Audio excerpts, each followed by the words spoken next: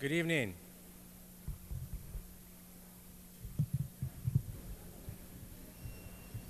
Is this the way you want this thing to face? Okay. That's fine. Welcome to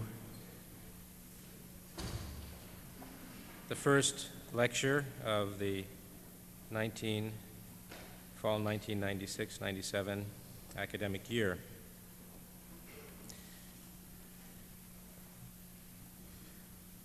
It's 7:46.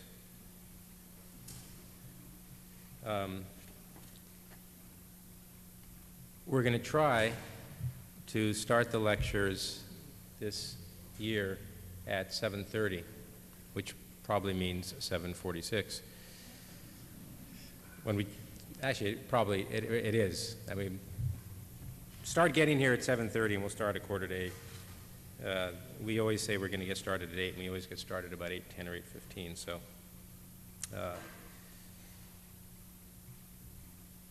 it's to leave a little bit extra time after the lectures for question and answer, but also outside some more informal conversation with lecturers. First off, thanks to the students for putting this together. The Student Lecture Committee, once again, working with Margie Reeve, put together quite an exceptional lecture series. And I was looking at the names of everyone on the lecture committee. There's actually only 3 that I know, 2 that I recommended, and 1 that is someone my age. I was thinking that the benefit of having the students put together the lecture series is that they have their hand on the pulse. They know who's doing some of the most extraordinary work in all of the various fields, and they've been really quite diligent about bringing them here. Next week, for instance, there's a trio speaking, which are part of a dance theater group, Diavolo, and they're choreographers and set designers. That should be, I think, quite good. I'd imagine they're going to be doing a performance as well as a presentation, a design presentation.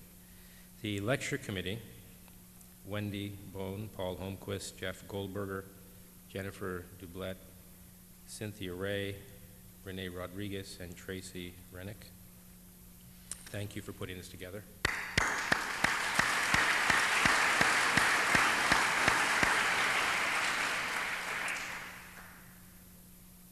Also, a thanks to Louise Sandos for doing the lecture poster and the card, which will be available to anybody afterwards outside.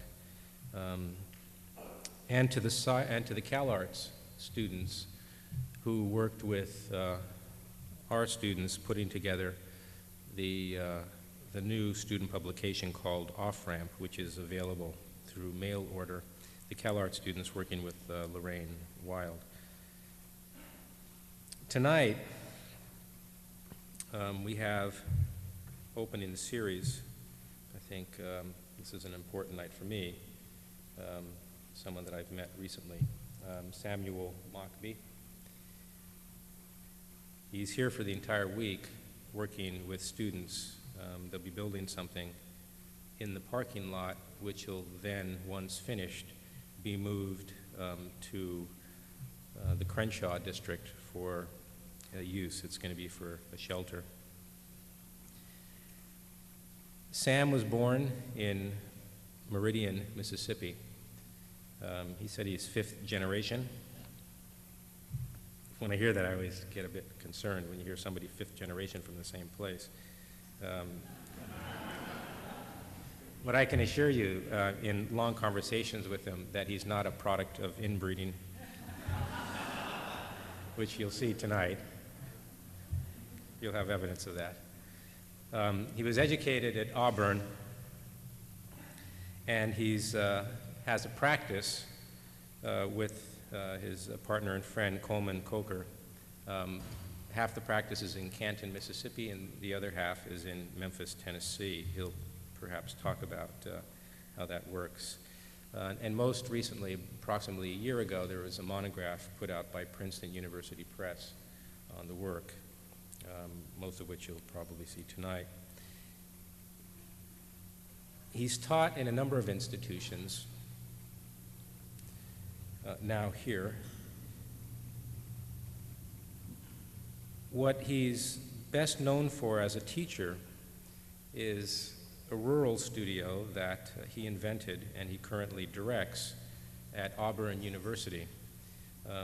It's such a unique format for teaching, students going into rural communities and doing design build for people in need.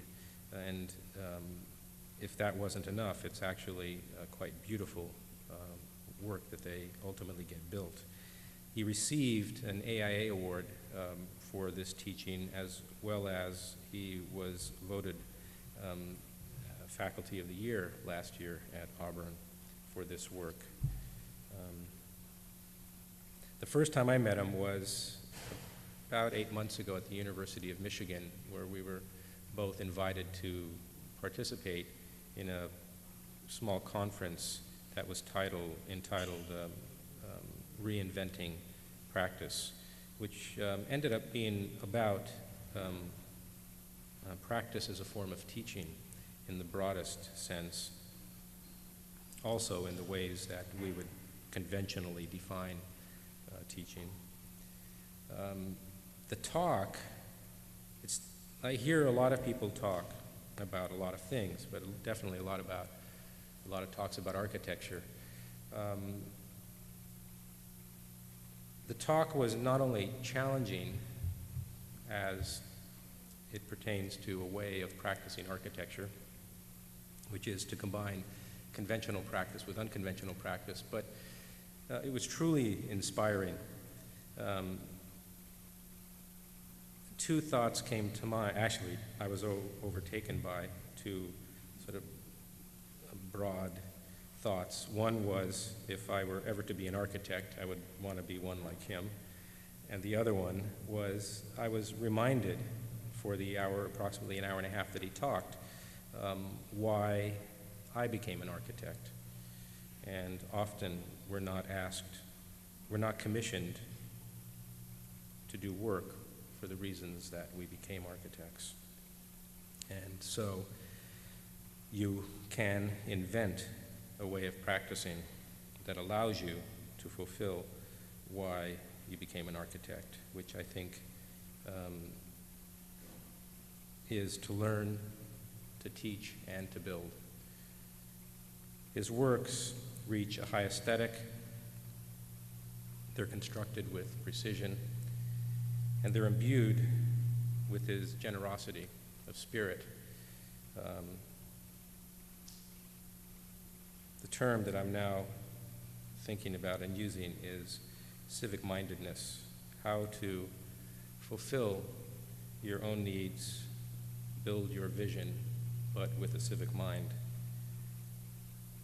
Another aspect of the work, which is also fascinating to me, is the fact that historically, as architects, we've been attracted to what used to be called the generic and what we now call the everyday. Examples of that are in the books, the complete works of Corbu. You see grain silos. We're fascinated with buildings that were done without architects. We tend to swerve away just before we get absorbed. I think it's a fatal attraction that we have to the generic. And the fear, perhaps, is that we're going to be consumed and lose our identity in it. In seeing Sam's work for the first time and studying it since in the monograph, I've come to the conclusion that he has no fear of the generic. He actually enters it and passes right through it, and in the process reinterprets it. There's no sentimentality in it. He reinterprets it in a very strong and clear way in all the work that he does. I've learned a lot since that first meeting in thinking about his words and the images. What I think you'll see tonight is that Sam is a good architect with a big talent, but I think most importantly, you'll all meet a good man with a big heart. With that, please welcome Sam Mockbee.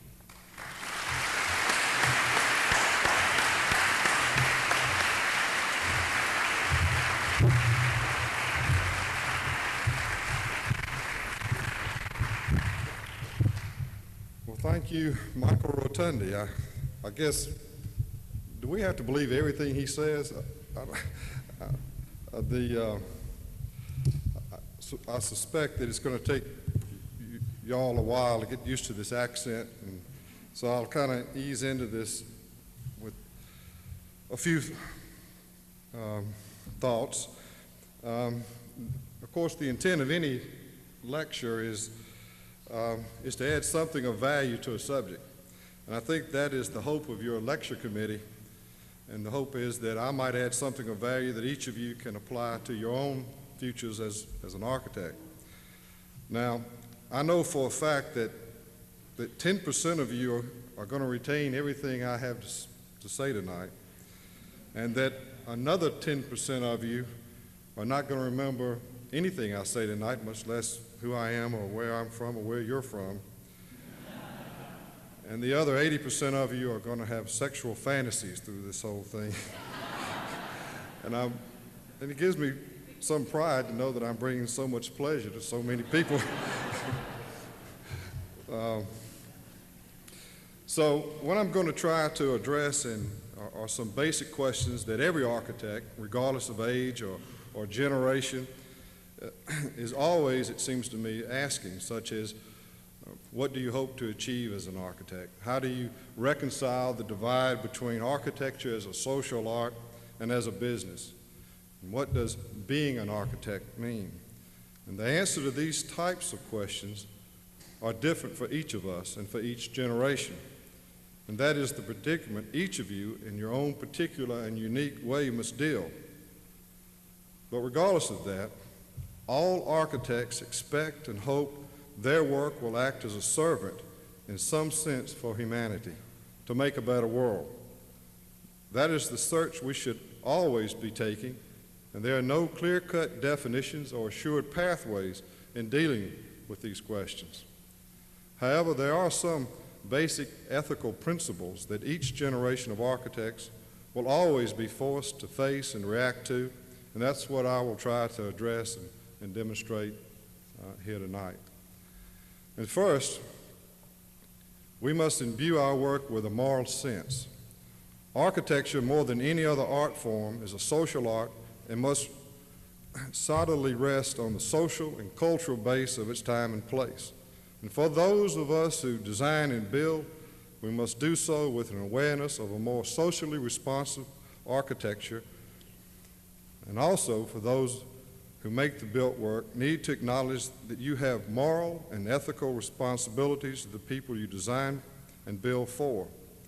The desires and hopes of the people who experience your work merit your most profound commitment.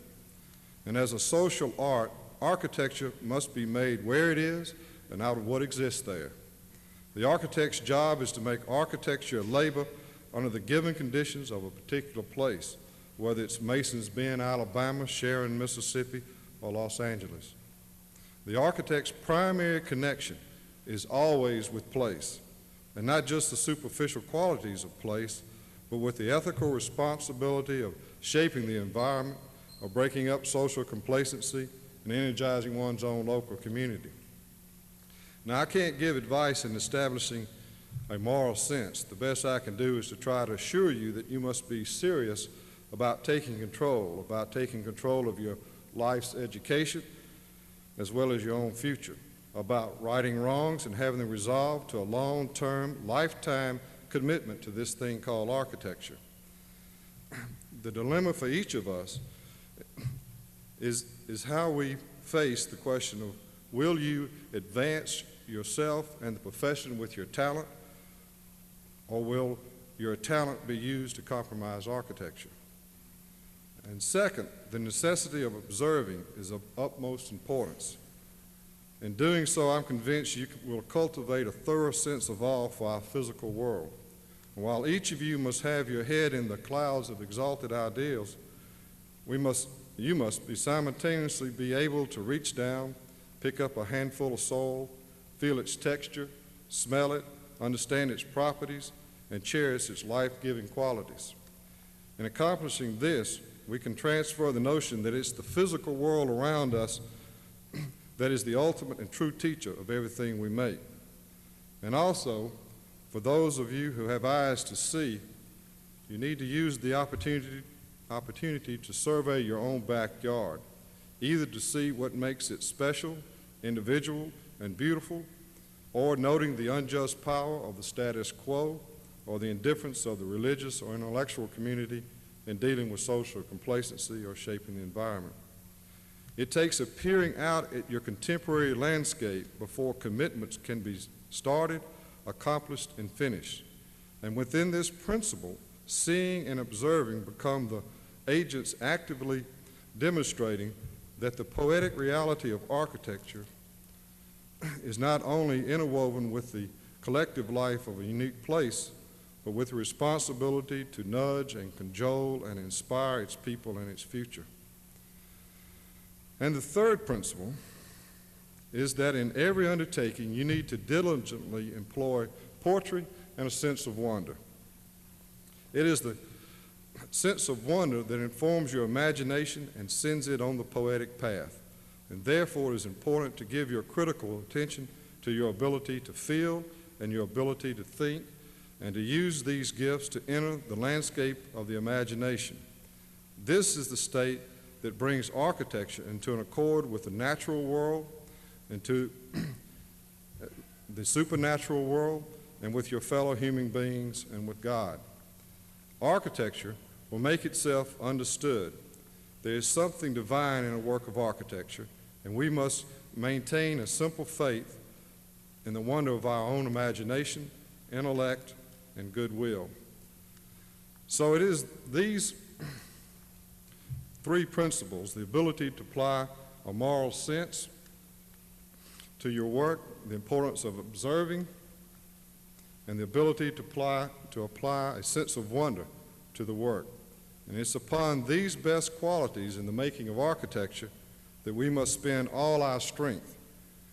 If we do, our work will receive the title of architecture. Now, before I get into the work, I do need to somewhat, I feel like, go back and explain a little bit about my background, about both being blessed and cursed as a Southerner. It's true that Coker and I both grew up in North Mississippi. We are literally first cousins, 6 generations removed. It does remind you of Deliverance in a way. But this is, but I grew up in the segregated South, and this is, and I grew up in the recreating the great battles of the Civil War, the battles at Bryce's Crossroads, and visiting the battlefield at Vicksburg and Shiloh. And this is Bloody Pine at Shiloh. And during the battle of April 6th and 7th of 1862, the wounded drank from this pond so that at the end of the 2 days of fighting, the water had turned completely red with the blood from both sides.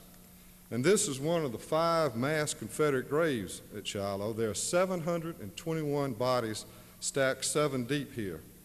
And for me, growing up, these places had a supernatural power to them. And my world was about the past. My world was about reliving the past. So these were my heroes growing up in the segregated South in the 1950s and the early 1960s. And then later, as I became a man and was drafted and sent out into a much larger world, I came to realize the contradictions which coexisted in my world, that I had come from an isolated world where lies were being confronted by the truth, that I had come from a South that was attached to fiction and false values, and a willingness to justify cruelty and injustice in the name of those values. And some years ago, I was outside my hometown of Meridian, and I had to pull over and stop for a road grader. So I got out and saw this at this particular graveyard and wandered around this graveyard and walked up upon this particular grave. As it turned out, this is the grave of James Chaney. Now, James Chaney is one of the 3 civil rights workers killed in the summer of 1964. He'd be a man about my age today.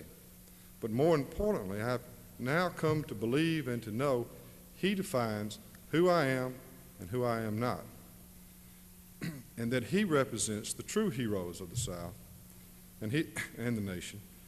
And he is a true hero by the fact that he had the courage to risk his life and to accept responsibility. His courage was a gift to me and to all of us. And as architects, we're also given a gift, though certainly much more passive than James Chaney. But the question for us is the same as it is for James Chaney. Do you have the courage to make your gift count for something? Do you have the courage to make your presence felt on earth and felt for good? Now, this is a slide of the Ark of the Covenant being built in Vicksburg, Mississippi by the Reverend H.D. Dennis. I know of no other architect or artist working with this amount of passion. Eat your heart out, Frank Gehry. So what's so remarkable is that his message is the same as in the story of Dreams of a Ridiculous Man by Dostoevsky, when he says, it's an old truth, a truth that's been told over and over again, but in spite of it, it finds no place among men. The main thing is to love your neighbor as yourself. That is the main thing, and that is everything, but nothing else matters. Every piece of architecture should express some moral, and by this moral, the merit of the work judged. If it does, it deserves the title of architecture. The architectural challenge, whether you're an architect in Mississippi or Connecticut or California, is how to nurture a rich culture and how to avoid being so stunned by the power of our modern obligations that we lose focus on the needs that architecture answers. So the work that I'm going to present tonight, both the Rural Studios work and mine and Coleman Coker's work, is seeking to reflect an attachment to locale, not necessarily literally, but by accepting the special qualities inherent in the place where the act of building occurs.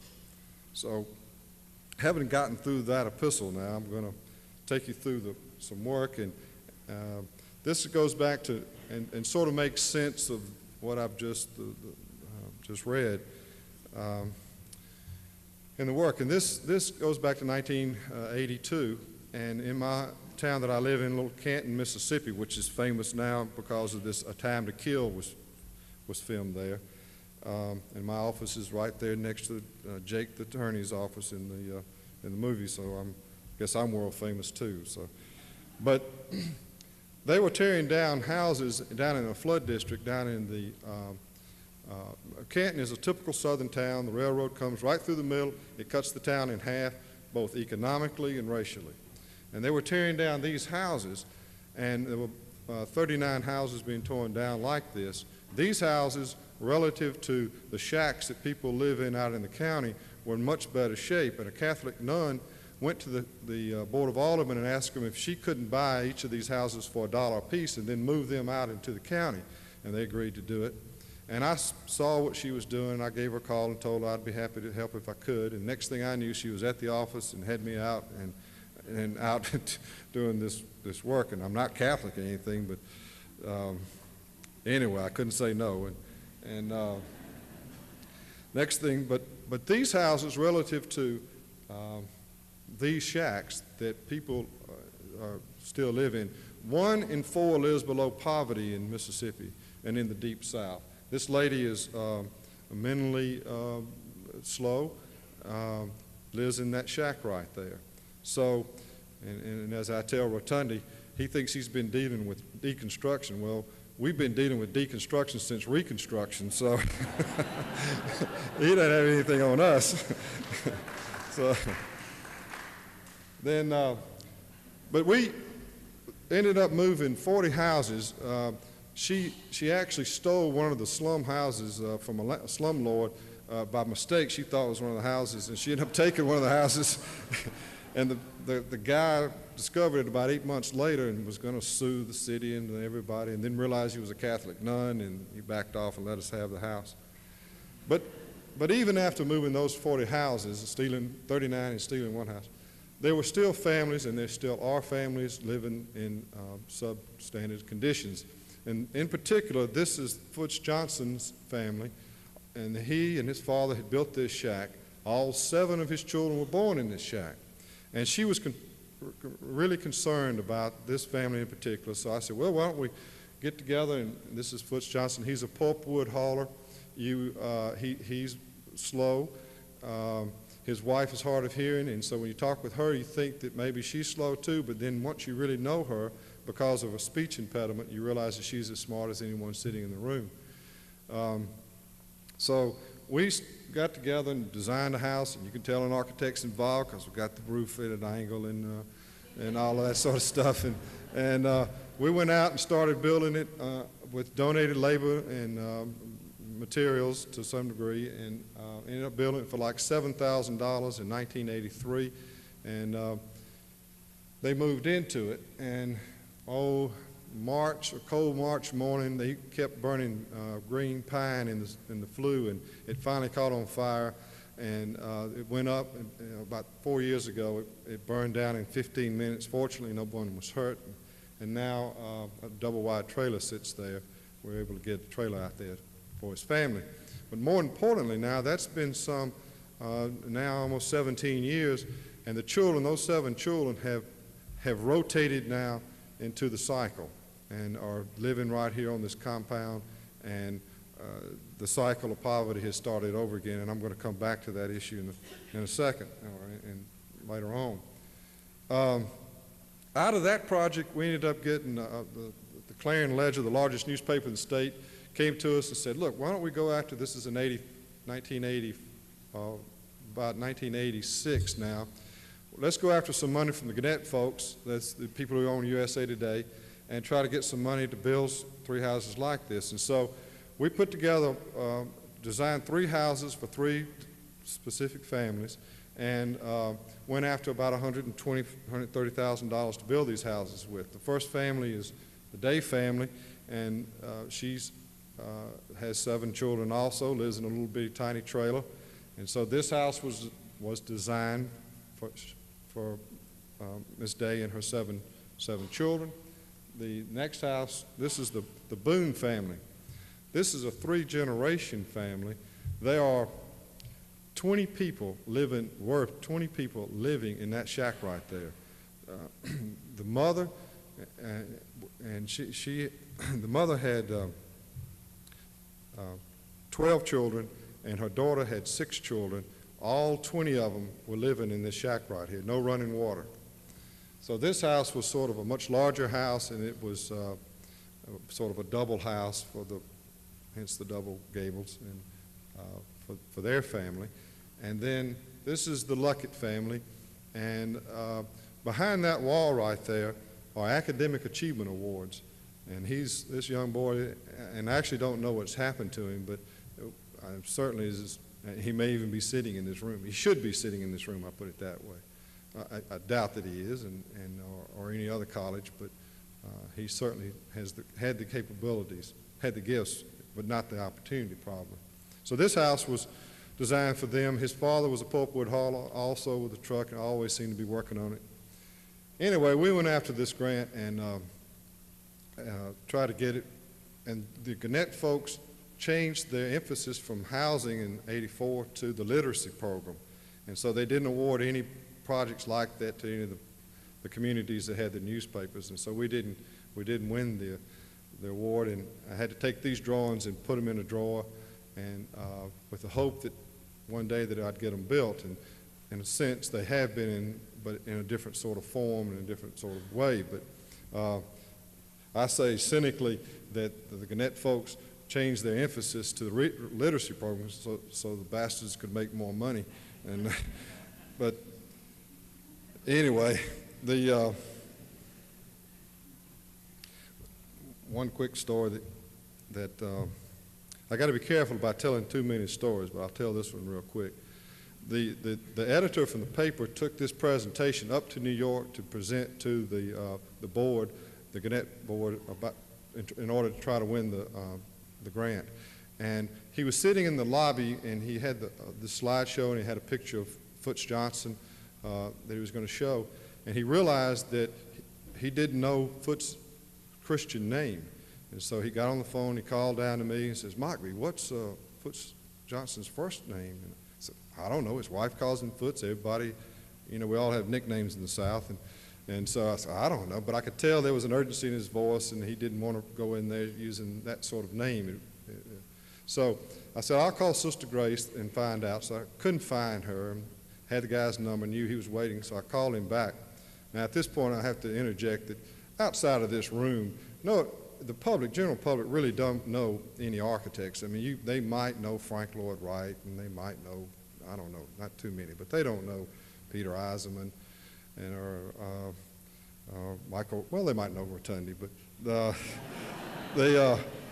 but in general, y'all all realize what I'm trying to say. And so I called the guy back, knowing that he was in sophisticated New York, having to go in there, not knowing, and was sort of badgering for a name. And so I called him back and said, that's Philip Johnson.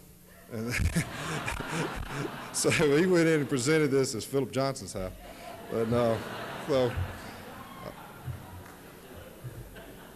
maybe that's the reason we didn't get the award. I don't know. So the practice, I'm sort of giving y'all a broad stroke here on this thing, this talk tonight. I'm probably trying to cover too much area, but I want you to, and it's the first time, I won't probably be back out here. My only shot at y'all, so I want you to understand what I'm up to. The practice starts to grow. This is about 85, 86, right in there. Get a little, the little town I live in comes to me and says, look, Mockbee, we're going to build a fire station on the other side in the black part of town because when a freight train comes through, it stops. If one of these little shotguns catches on fire, it'll go up too fast and we'll be criticized. They were right about it. And so we're going to build a metal building. All we want you to do is the plans. You just draw us up. We don't want any of that weird stuff you do. Just give us the plans. I said, okay, I needed the money. I said, well, I'll knock something out. So I take it up there. Now, y'all, you have to understand that the Board of Aldermen, and most clients as well, don't have a hard time reading technical drawings. And they they love to talk about floor plans, two-dimensional drawings they can grasp. But once you go to the third dimension, elevations, sections, you lose them. And I pretty much know that, and particularly this guy. And so when I took this up for approval, I went, purposely, I just dealt with the site plan and then the floor plan. We talked about how big the bays were, how many people you could sleep in the dormitory, and where the kitchen was, and where the chief's office was, and all of that. And just went on for about 45 minutes. Now, then I flipped on through the elevations, and nobody said a word. And I thought, oh, I'm home. They said, oh, let's build it. Let's build it. So I was rolling up the plans, and then the mayor stops me and says, Mockbee, what are these two dots in front of the front door, talking about the poche of the columns? And I said, oh, those are just some columns holding up a little canopy when children come to visit, you know, if it's raining, keep them. He said, okay, good, that's fine. So we get under construction, about 70%, and this front goes up, and I get a phone call, and it's the mayor, and he says, Mockbee, what the hell is this thing out front? And I said, Mayor, that's that canopy I told you about. He said, well, is that inside the bid? That came in the money also? That's oh, yeah, we've already paid for it. It's up and paid. He said, oh, that's great. I like that. That's good. That's good. And then I get a phone call from the fire chief, and his name is Billy Ray Pimenta. And Billy Ray calls me and says, Mockbee, what the hell is this thing out front? I said, Billy Ray, if you'll look at it, stand back and look at it, it's a fireman's hat. He says, oh, I like that. So,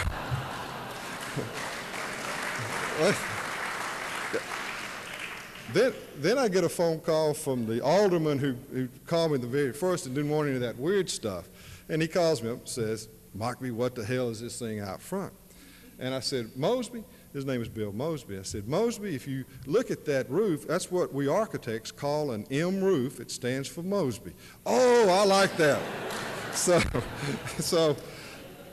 I sort of tell the story for two reasons. I like to tell the story, but the other reason I fall into what William Faulkner said about getting a book published. What he would do anything he had to, including stealing money from his mother, in order to get a book published. I hadn't stolen anything from my mother, but I'm more or less, and you do too, have to have that sort of commitment to the work to get things done within reason. Within reason. So the work continues. I'm doing some primarily small projects. Again, I'm in the poorest state in the union, which makes me the poorest architect in the union,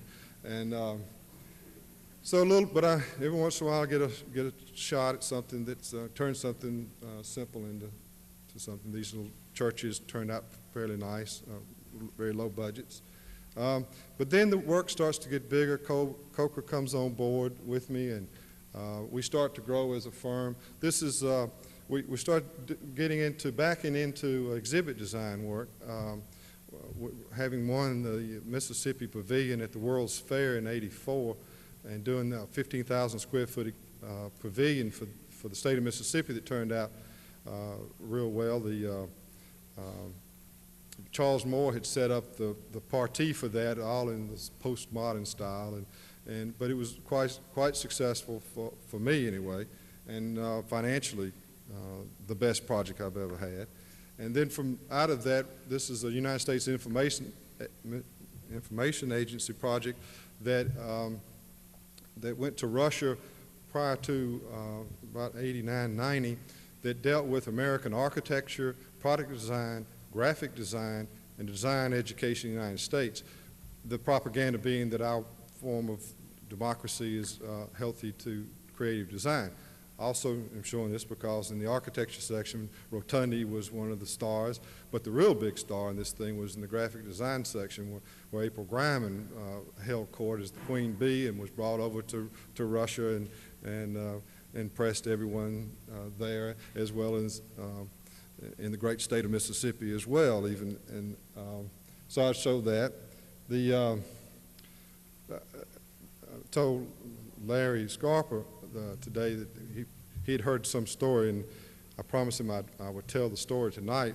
Going back to the Mississippi Pavilion, when I won that commission in '83, it was the first time. It was for $1.8 million, this 15,000 square foot pavilion, and the state of Mississippi had never entered into a design build contract before with an architect.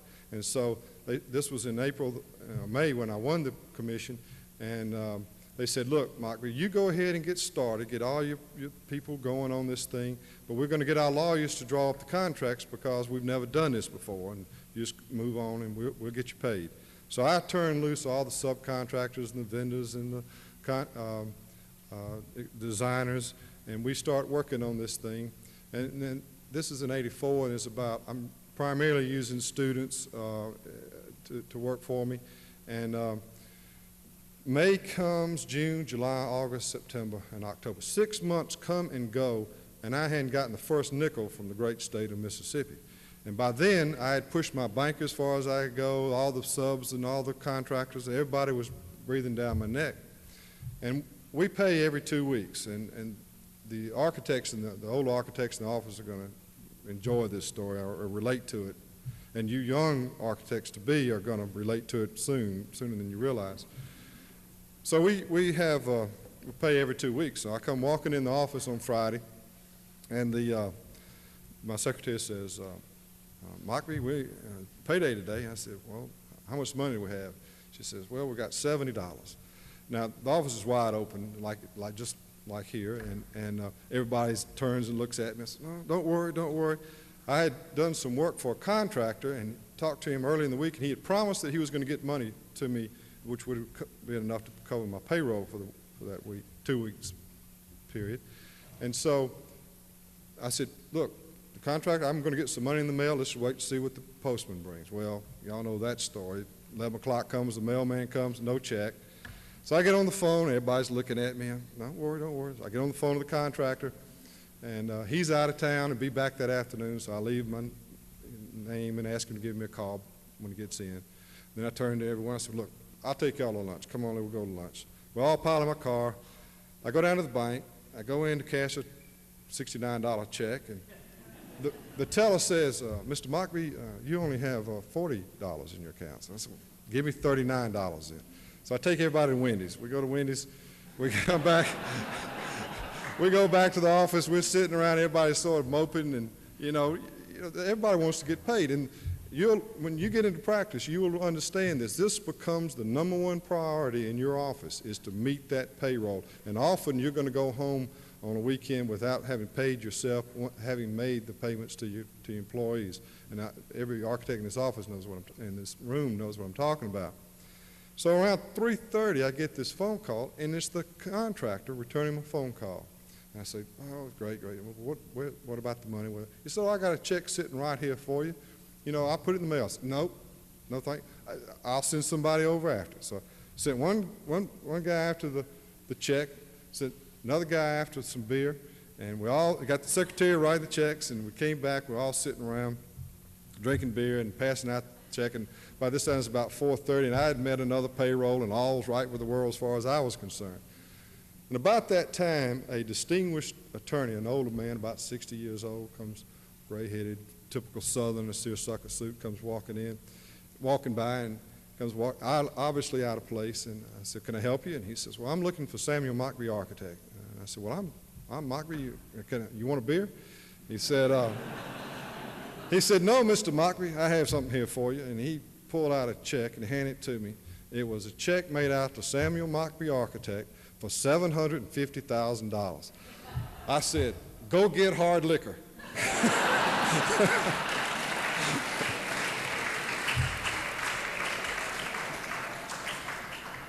There's a follow-up to that. I called everybody, tell them checks in the mail, I'm having a great time. And then all of a sudden, it's about almost 6 o'clock, the bank's fixing to close. I got $750,000. I said, well, I got to get this in the bank. So I get back in my car, I go back down to the bank, I fill out the check, making sure all zeros in the correct place. Then I wait in purpose on line to the same teller that I had earlier at 12 o'clock. Ease up, I ease, my turn finally gets there. And I said, my account's getting a little low. Slid that check in there. She filled out the receipt like it was for $75. I mean, just nothing, hands it right back to me. Her zeros were all in the right place.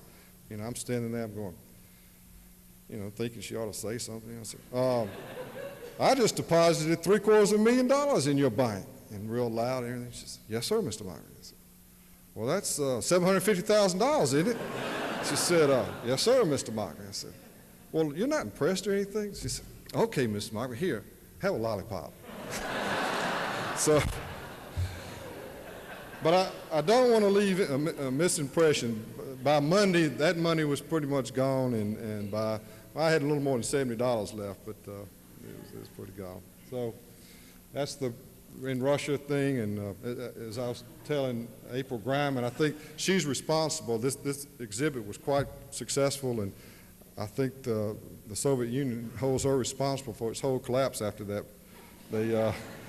Her exhibit that was so successful. Those are the lines for that exhibit. Again, the work is starting to get bigger. We're doing work at universities. This at Ole Miss, the University of Mississippi, the Barton Observatory there, restoration. And from that, this is getting to be about 89 now, we received a commission to do an acoustics lab, about a $10 million acoustics lab. And the chancellor there, when I took the schematics up to looked at it, said, oh, this is wonderful, this is wonderful. It didn't have the historical references or the columns or anything like that when I showed it to him. He said, oh, this is wonderful, but Mockbee, where are the columns?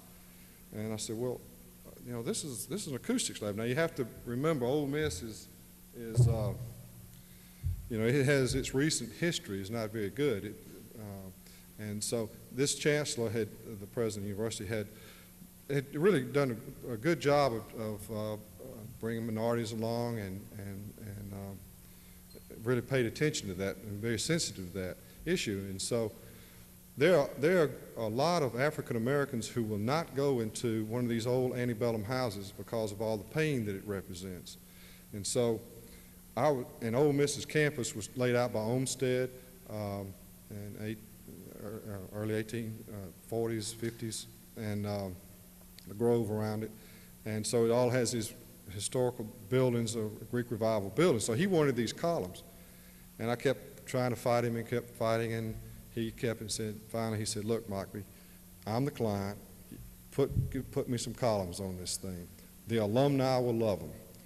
So I put columns everywhere I could. I put them everywhere except that one spot I couldn't put one up. But they were.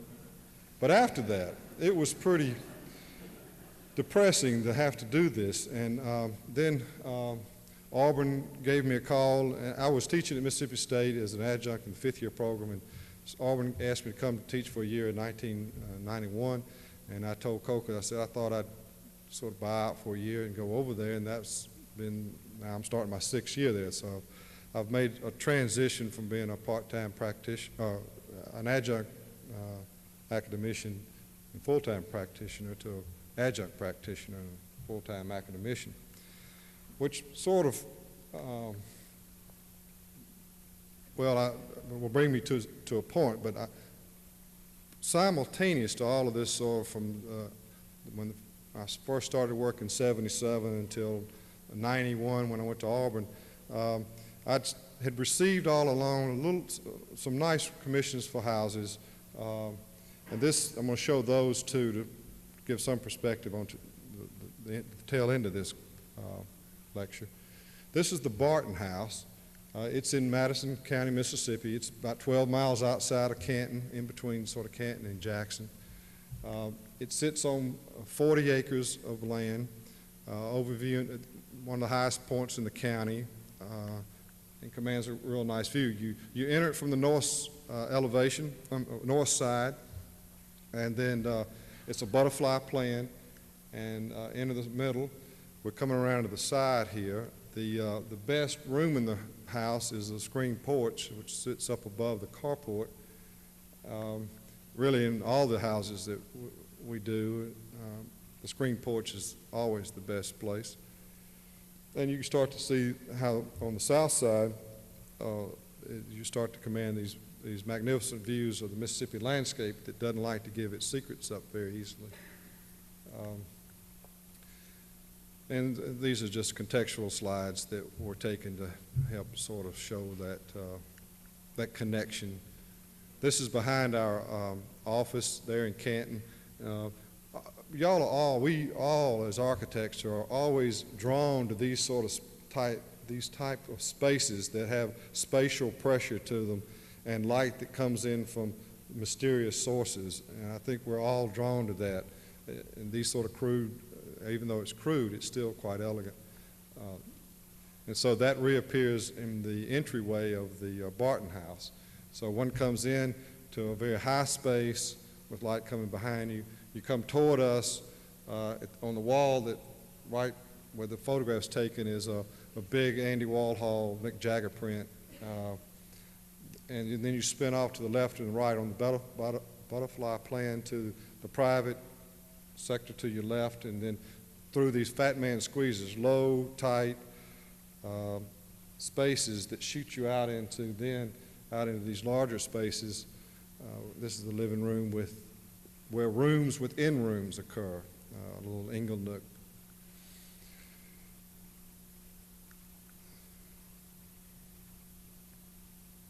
And let's see, I think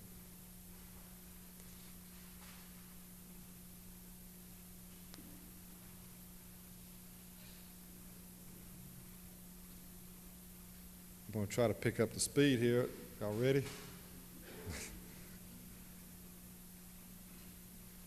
Again, contextual shots.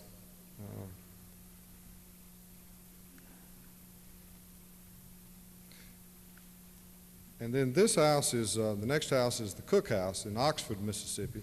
It sits on about 400 acres. And they have a unique, had a unique program. I'll talk about in a second, but what I would want you to pay attention to in this is a principle of building a super shed and then putting something of value underneath it. In this case, a cotton trailer is brought under, so that the elements are taken care of by the super shed, and then you can do something, put more money. That same principle occurs throughout the South, and we're the land of the trailer now. And so one takes a trailer, builds a little super shed. That porch will ultimately become a room one day, and the house will evolve. So that principle shows up. Here's the superstructure going up.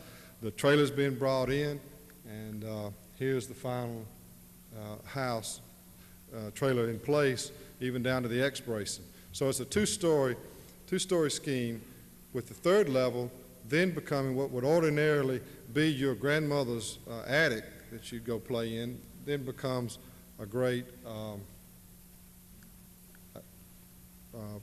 chapel-like space for sunset, a sunset porch. Go up to have drinks in the evening, or toast the sun rise or set.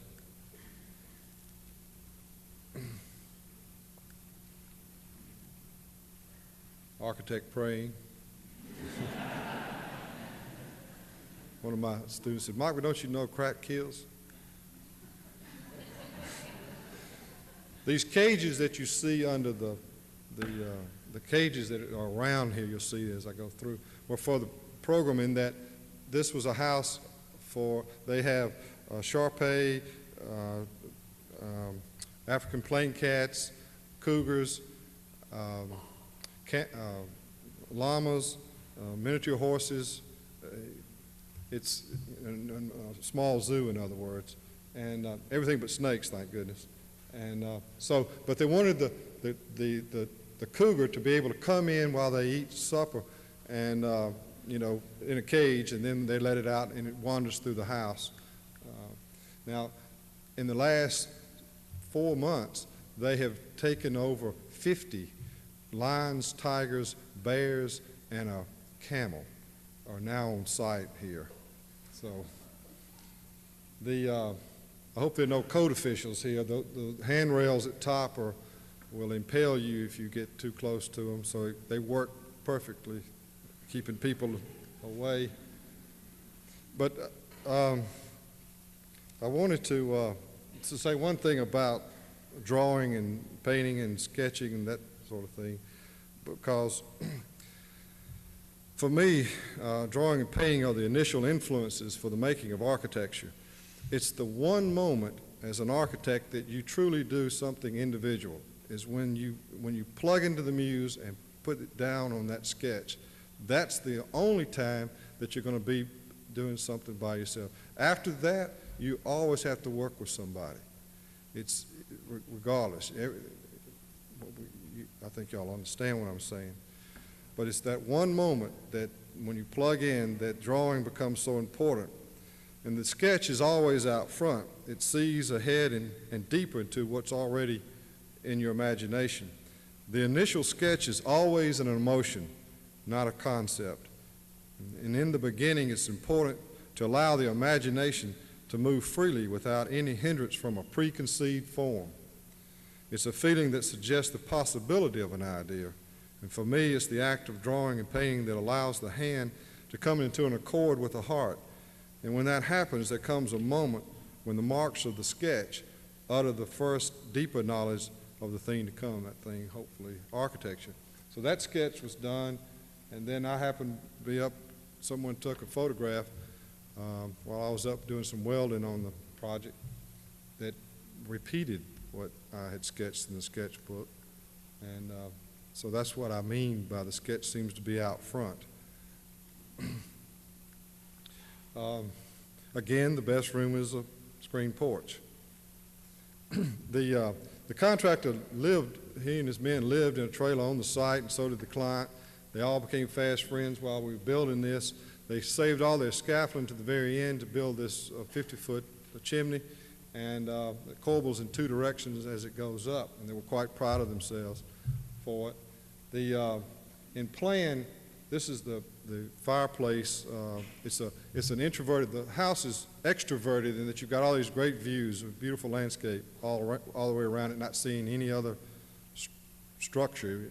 there are times when you wouldn't know what century you were in on this property. Of course, y'all probably wouldn't think you were in the 20th century if you're in Mississippi anyway, but but this is an introverted room, a room that one can go in and be quiet, sit out a tornado, that sort of thing. And in plan, there's the cat cage, the cougar cages to the left. And so in plan, you enter through that slit right there that enters into the front. And so to the left of the slit is the introverted fireplace room with a 20-foot ceiling, 10 by 10 by 10. And then just behind that in plan, if you can imagine this, is a half bath. And then in that same cube or rectangle is then a little, the cougar's cage, which is about 3 by 4 by 3.5 feet tall. So the cougar den itself sits right next to the half bath. And so when an unsuspecting visitor comes in to visit and then has to use the powder room, they go in and sit down on the water closet. And to the left, there's a piece of glass about 30 inches off the ground, and they look over, and there's this 200-pound tiger sitting there. So it's what we call in the office a scare the shit out of you shitter. It works, too.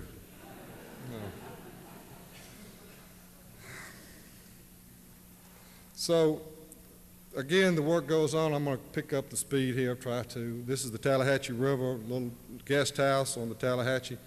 This is where the Star of the West was sunk during the Civil War, keeping Grant out of Vicksburg. To the left there, you see a bottle tree. You take a cedar tree, you cut the limbs off, you put a colored bottle on it. The sun hits those bottles, makes a beautiful light. Then evil spirits then are attracted to that light. They go up in the bottle, and then they're trapped and they can't get out. So we, in this design, the spirit tree acts as a column, right? It's kind of hard to see, but it's right here on the very corner, and it acts as a column first holding up the screen porch up high, and then goes on up and you see a bottle at the top, a blue bottle at the very top, and maybe a little more here. And I was again elevated to assistant welder and went out and put my 12-pack of Heineken on it. And you see the blue bottle and the authentic spirit tree that I photographed. The lady came out and told me all about it. And then she said, now if you take this blue bottle and you put it on top, lightning won't strike the house. So that's the reason the blue bottle is on top, and that works also.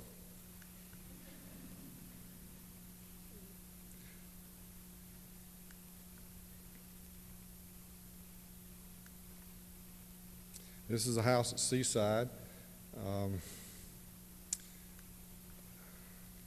And again, the best thing I can say about it is the screen porches. This is a sleeping porch up. It's somewhat on the same concept as the cookhouse with the upstairs attic as a screen porch, and then a social porch downstairs. And then this is a house on the Tennessee River that sits up about 200 feet overlooking the Tennessee River, and it's under construction. Sheetrock's going up right now, and maybe y'all invite me back in another year or so and I can show it to you. And I think that's going to bring me up now to up to 1991, or to the present phase in my search as an architect. And even though my career had developed successfully along to some degree, I didn't feel I was maturing as a responsible architectural citizen. And the fact that the 3 charity houses had not been built still haunted me.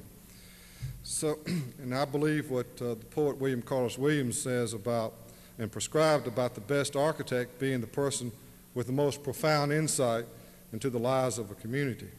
So I applied to the Graham Foundation and received a grant to execute a series of large murals in an attempt to extend the study of architecture into what I hope will and would be a wider human landscape. I'm interested in what might prompt and make possible a process of entering a taboo landscape. in my case, the physical poverty of the Deep South. And also to develop a discourse beyond merely looking at the effects of poverty, but how architecture and architects can step over a threshold of injustice and address the true needs of a neglected American family, in particular the needs of their children. Of all Southerners, young children are the most likely to be living in poverty. As I said earlier, in Mississippi, 1 in 4 lives below the poverty level. And these children don't have the same advantages as the rest of America's children, and they will come of age without any vision of how to rescue themselves from the curse of poverty. Now, excuse me, the purpose of placing the paintings in the context of Lizzie Baldwin's home in Sharon, Mississippi, was to approach the neglected world directly through art. The intent is to be as evocative as possible in order to make both the life experience of Lizzie Baldwin and our limited understanding of it accessible to a stranger. If we are to broaden our views, we must first see something. And physical poverty is not an abstraction, but almost never do we think of impoverishment as evidence of a world which exists, and much less do we imagine that it's a condition from which we may draw enlightenment from in a very practical way. Now, the paintings try to establish a discourse between those of us who have become mentally and morally stalled in our modern obligations, and these families who have no prospects of such obligations. The paintings are by no means an attempt to aestheticize poverty. It's about stepping across a social impasse into an honesty that refuses to gloss over inescapable facts, and not just the facts of hardships faced each day, but also the facts of the spiritual strength of Lizzie Baldwin's family. So, just as adversity can serve the writers and other artists who live through it, it can also create an opportunity even for the comparatively advantaged architect to step into the open and express the simple and the actual rather than the grand and the ostentation. Architecture is not about your greatness, it's about your goodness. Architecture is not about passion, it's about compassion. So these paintings are part of Lizzie Baldwin's home in order to help reveal an indigenous integrity that makes deceit and invasion impossible, and also to pay homage to her life. The paintings have been out there for almost 4 years now. They've been through Halloween parties, Christmas parties, Easter egg hunts, her 80th birthday party, and through all sorts of bad weather. Now, Lizzie Baldwin's daughter, Bertha Baldwin, has had 3 children by one man and 2 children by this man. And during the now 4 years that I have known of him, he has remained aloof and independent of the family. He shows up only so often to help with the plumbing or cutting of wood. A few times he played basketball with me and the 2 boys. So this painting is based on my trying to understand his circumstances and his relationship to Bertha. And even though I haven't gotten to really know him, I do know that I like him. And I believe he possesses a very accurate sense of the realities of his world. He understands the limitations imposed on him by us. And I believe it is the fear and the myth of this man that continues to divert our attention away from having any real human contact and understanding of poverty, and forecloses any real solutions to the problem. So these paintings are an attempt at becoming an agency for dealing with what is common and universal in all families. Now, I'm the first to admit that architecture won't begin to alleviate all social woes, but what is necessary is a willingness to seek solutions to poverty in its own context, not outside it. And what is required is the replacement of your abstract opinions with knowledge based on real human contact and personal realization applied to the work and to the place. So from there, I'm going to jump into the rural studio work of the students in Hale County, Alabama. the Auburn students. And Hale County is the poorest county in the state of Alabama, and but it's a quite beautiful landscape. And this is the same place that James Agee and Walker Evans came to in 1936, and and out of that came the great American classic, Let Us Now Praise Famous Men, and of course all the wonderful photographs that Walker Evans is so famous for. Also, not all of them, but certainly a good body of his portfolio. But it's a town steeped in tradition, or county, where these old mansions still sit silently in the land and are fast leaving us. But right alongside that still continues this state of poverty that it continues to haunt each generation after generation. So this is the landscape that the students and I find ourselves in. 13 to 15 students each quarter, and I live in this old ramshackled antebellum home where the students live and work.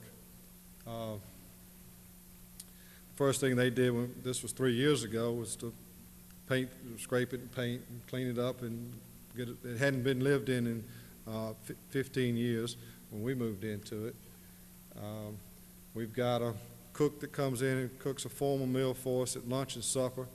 The students actually cook it, and then you can tell you're in Alabama, you can come to supper with your shoes off. And this is what I told Rotondi, this is what I call the redneck Taliesin South. So, and but we do quite a.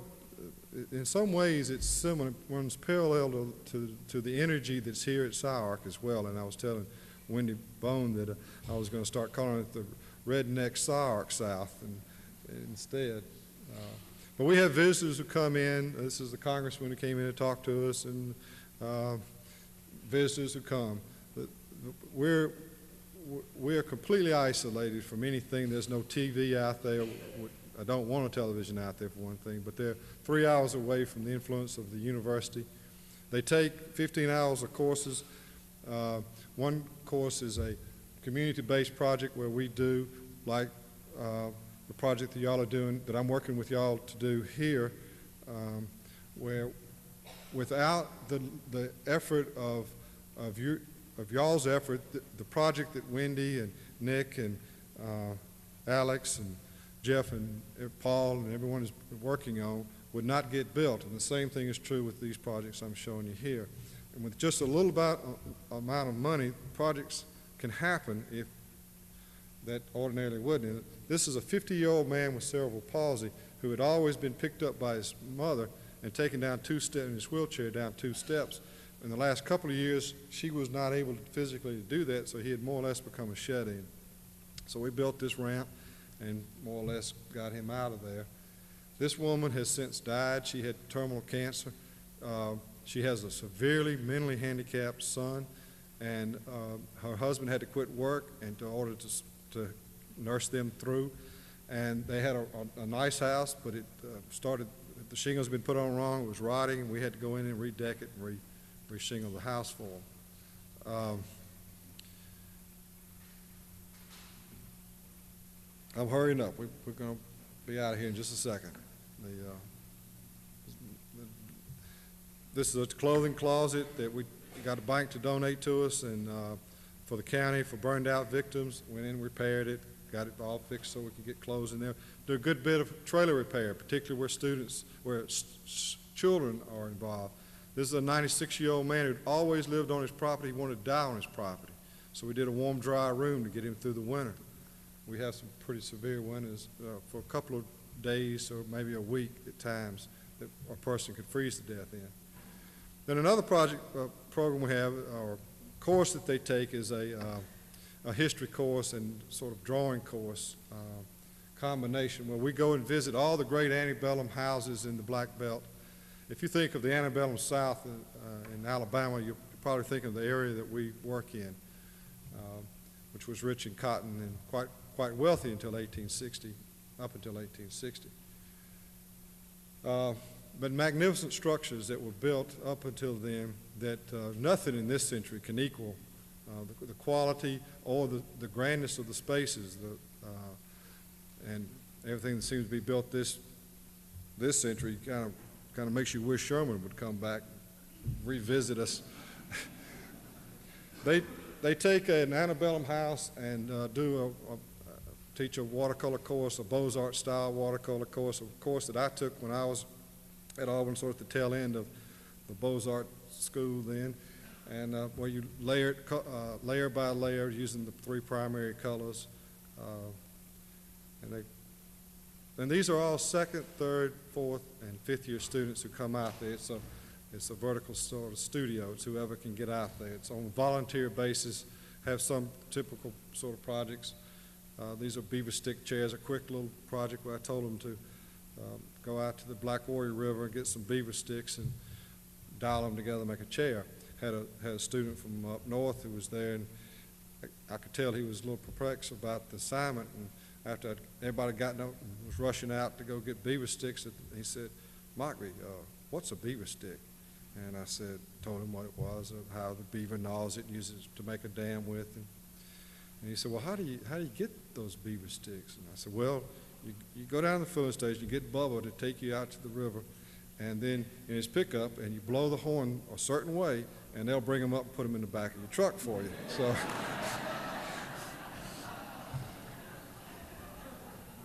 but the main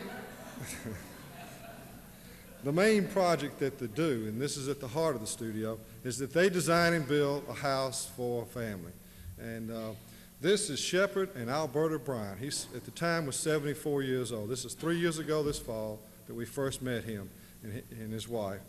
And they had three grandchildren living with them in this shack right here.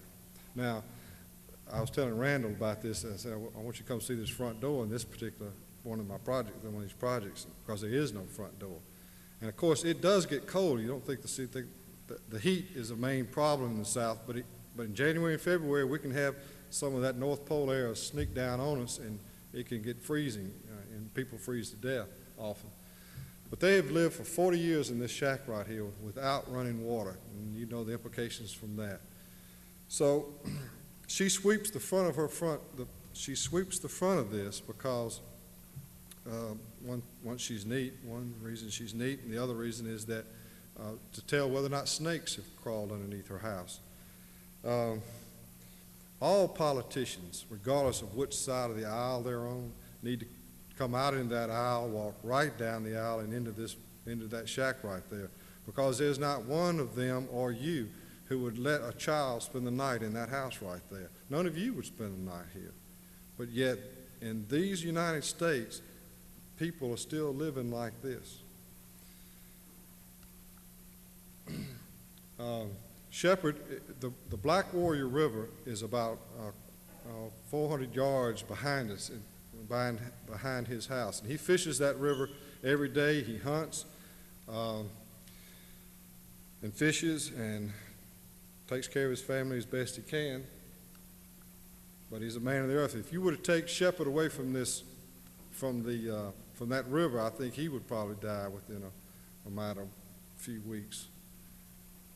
But when we started building this house for him, he would have catfish fries for us. This is his 12-year-old grandson, who's as smart as anybody in the room, and with a better sense of humor than anybody in this room as well.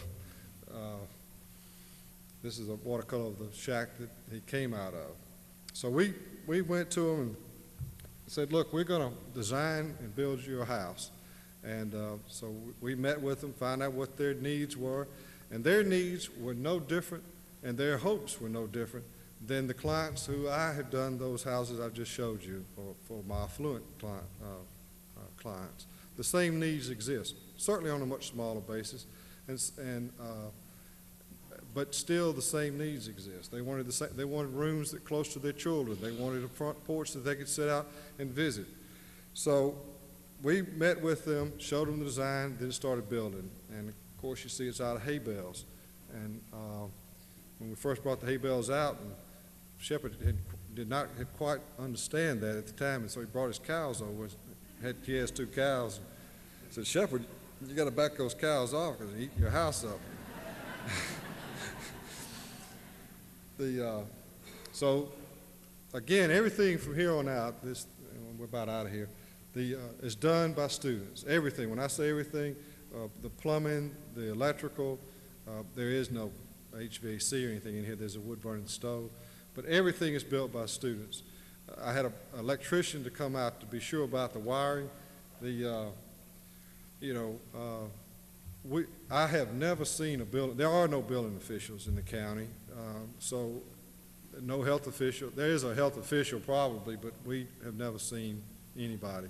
So in that sense, it's then really becomes important that the students truly act in the safety and well-being of the clients for the right reasons and not just because they're trying to answer some code reason. So this is the final thing the house built. And to the right is a smokehouse that a student, I'm going to talk about in a second, it was sort of a spin-off project from one of the students who was out in winter quarter, and a 5th-year student wanted to do his thesis terminal project. I'll talk about it in a second. This is the east elevation. What looks like a second story is really just clear stories, let the hot air out. North elevation and the porches. Again, the one thing they asked for was a front porch that all their children could sit and grandchildren. There's Shepherd and two of his grandchildren. That's a chicken feeder. That wall sconce is a chicken feeder. One of the students picked up, put some holes in it, made a light fixture out of it. This is the west elevation. Interiors. They went and bought some new furniture when they moved in.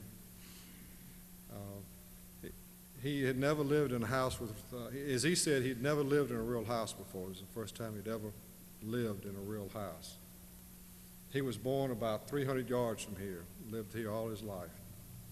So this is the smokehouse that we built. He was always hanging his meat up and cooking outside. So I had a thesis student who wanted to do his final project. So I said, well, and using recyclable materials. And so I said, well, why don't you make him a smokehouse? And so he's the middle student there. So he went to the Department of Transportation, Hale County Department of Transportation, asked if he couldn't go through their trash piles and pick out stuff. And they said, sure. And they saw what he was doing after about a week or so. And they said, well, look, I'm getting all this busted up concrete. And he said, well, we'll start bringing that to you. So they started bringing it to the site. And then he started discovering all sorts of things like these road signs, so there, and these, they had torn down an old Quonset hut with throwing the beams away. He grabbed those, made his roof out of the arches of the Quonset hut, and then took these aluminum signs with a few bullet holes in them, and overlapped them properly, and this structure will be here long after we're all gone. But Shepherd actually never got to use it. Alberta, his wife, ran him out of there and moved her stuff in there. And so I said, well, Shepherd, aren't you disappointed about not getting to use your smokehouse? He looked at me and says, Mockbee, you never heard of anybody building a rooster house, have you? It's always a hen house, isn't it? I guess so.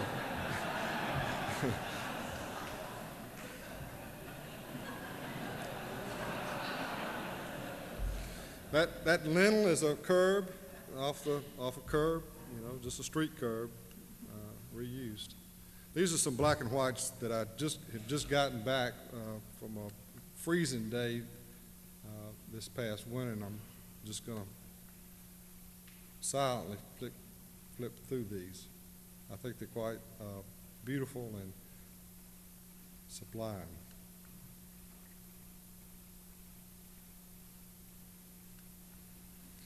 A friend of mine that used to work for me, who teaches at University of Tennessee, took them.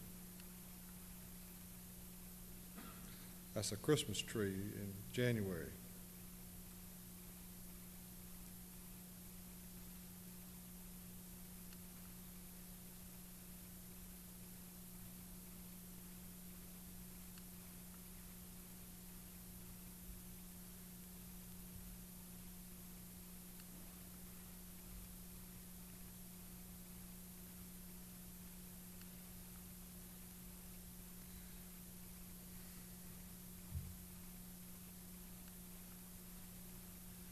probably one of the first realization of something that's special that's happening out here at Shepherd's is the smell. And at first there's really no apparent difference between a natural and a supernatural smell, except that the natural smell comes and goes gradually, while the supernatural smell is suddenly there and then is suddenly gone.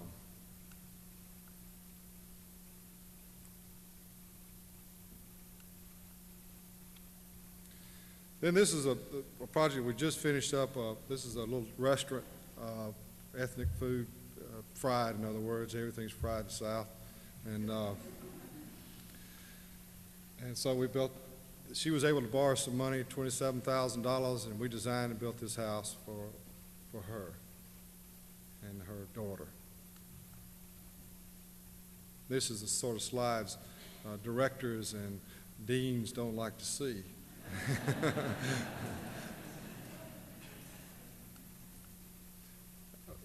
This is the last project, and then we'll go drinking here in a second.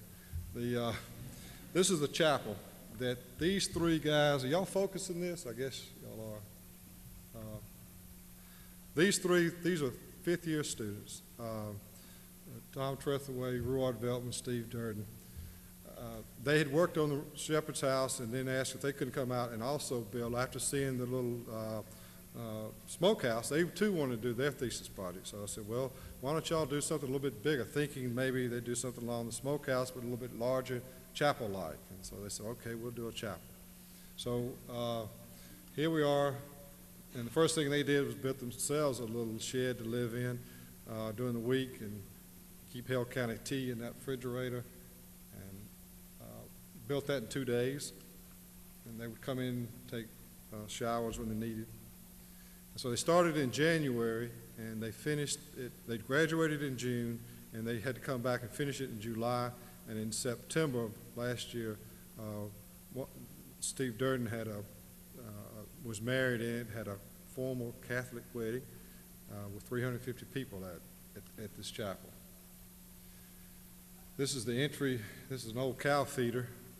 This used to be a barn that's long gone, and a lay of hackberries leading up to the chapel. I'll come back to show you here they are. First thing I did was dug them a deep hole. It sits on a bluff, and they were pounding tires, and they started. And a man in Selma, Alabama was on a court order to get rid of all his tires, so they called him up and said, look, got any tires we can have? And he said, I got all you want. How many you want? And he brought him 1,000 tires, a little over 1,000 tires are in this chapel. And of course, they pound it with dirt and rebars. Tiger paws are the best to use. You can keep that in your memory bank. Impress your employer, that fact. On certain days, this was a big concrete pour because the big ridge beam, anybody who's ever put a barn up knows that the hardest part is putting a ridge beam up. But this ridge beam shoots out and is at an angle, and so it thrusts out and it has to be anchored. And so this was the anchor, and they were pouring it this day, and I had some students go out to help them that. And then this is the scaffolding. What I think is really unique about this is that they salvaged all this old heart pine wood, some of it 150 years old, from these old barns, dilapidated barns. And they made the scaffolding so they could get this 85-foot ridge beam up. And then they started taking the scaffolding down piece by piece, going back into the ridge beam, and the scaffolding then became the trusses that hold this thing up. And when they got through, they had one piece left over. So it was almost as if Providence was with them, and a little luck. And so there you start to see that. And then this is the view out. It sits up about 40 feet on a bluff overlooking a beautiful field. And actually that slides in backwards, but you get it snows about once every 5-6 years.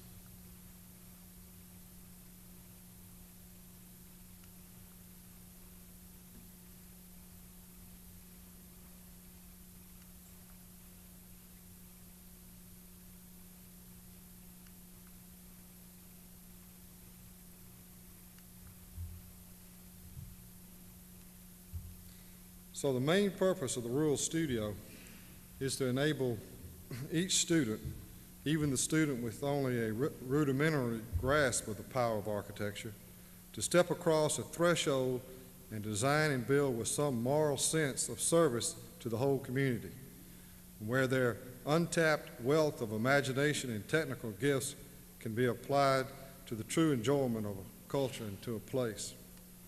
Now, well, at the end of each quarter we have a big pig roast and cotillion. Cotillion is a dance for those of y'all who don't. So I want to invite everyone to come visit us anytime. We always love to have you there. Oops, oh well. Wendy Bone wants to remind, and I do too, want to remind y'all that we are building this structure and we need everyone's help, particularly starting in the morning at 9 o'clock out in the parking lot. There are going to be plenty of, we need all the help we can get in getting this thing done because we're shooting to finish this thing by Friday. So it's going to be, and we can't do it without some help. So if you talk to Wendy or to Alex or Jeff or Nick or Kenny and Adam, they can sort of guide you to the right place and we can get started. I hope to see y'all all there in the morning. Thank you all very much.